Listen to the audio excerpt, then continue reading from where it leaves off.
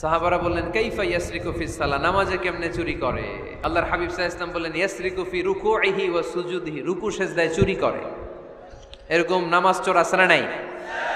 রুকু থেকে সোজা হয়ে দাঁড়িয়ে কয়েক সেকেন্ড আপনি রিল্যাক্স করবেন।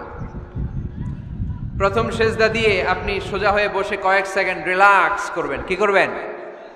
রিল্যাক্স। আওয়াজ করে পড়েন সবাই, রিল্যাক্স। নামাজে তাড়াহুড়ো নাই, সালাত হচ্ছে মেডিটেশন, রিল্যাক্স।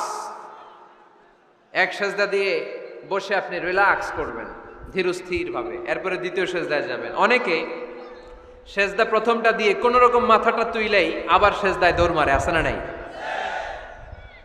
রুকু থেকে স্ট্রেট ফরওয়ার্ড দাঁড়ানোর কথা, দাঁড়িয়ে 1-2 সেকেন্ড রিল্যাক্স করার কথা, ওইটা না করে রুকু থেকে কোন রকম মাথা তুলেই আবার সেজদায় দৌড় মারে, এরকম ডাকাত আছে না নাই?